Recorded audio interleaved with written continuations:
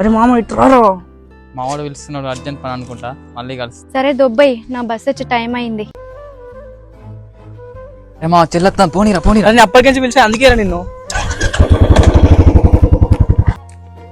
Hi senior. Hi రా junior. Senior, మీకు నిన్నేమైనా exam fee కట్టేది ఉందా? లేదురా శృతి, ఇప్పుడు ఏం ఎగ్జామ్స్ లేవు కదా.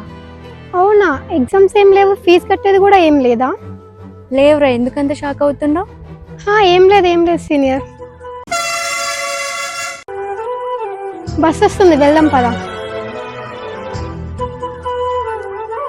ఏంద్రా బత్తాలని నింపి ఉన్నాయి, లారత్త అన్నారు.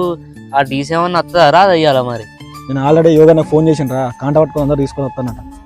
సరేరా, మరి అలా బత్తాలు అయితే షాన్నే ఉన్నాయి, ఎన్ని లోన్లు వేసేది ఉన్నదిరా? అయితే 2 లోన్లు వేసేది ఉన్నది. అయితే చిట్టి డబ్బులు అయితే కట్టినారా మరి? కట్టినరా ఇంత ముందే. ఈ నెల చిట్టి పైసలు ఎత్తుకుంటావా అని అడుగుతాడు నా దేవన్న. అరే ఇప్పుడు ఎత్తుకుంటే ఎందుకు రా భయ్? ఇప్పుడు ఎత్తుకుంటే నువ్వు మిత్తి కట్టాల్సి వస్తుంది. అదే నువ్వు లాస్ట్ వరకు ఎత్తుకుంటే నీకన్నా మిత్తి కలిసి వస్తుంది కదరా. నువ్వు చెప్పింది కూడా వాస్తవేరా. లారత్త అని పోయి వేద్దాం పరా లోడిగా.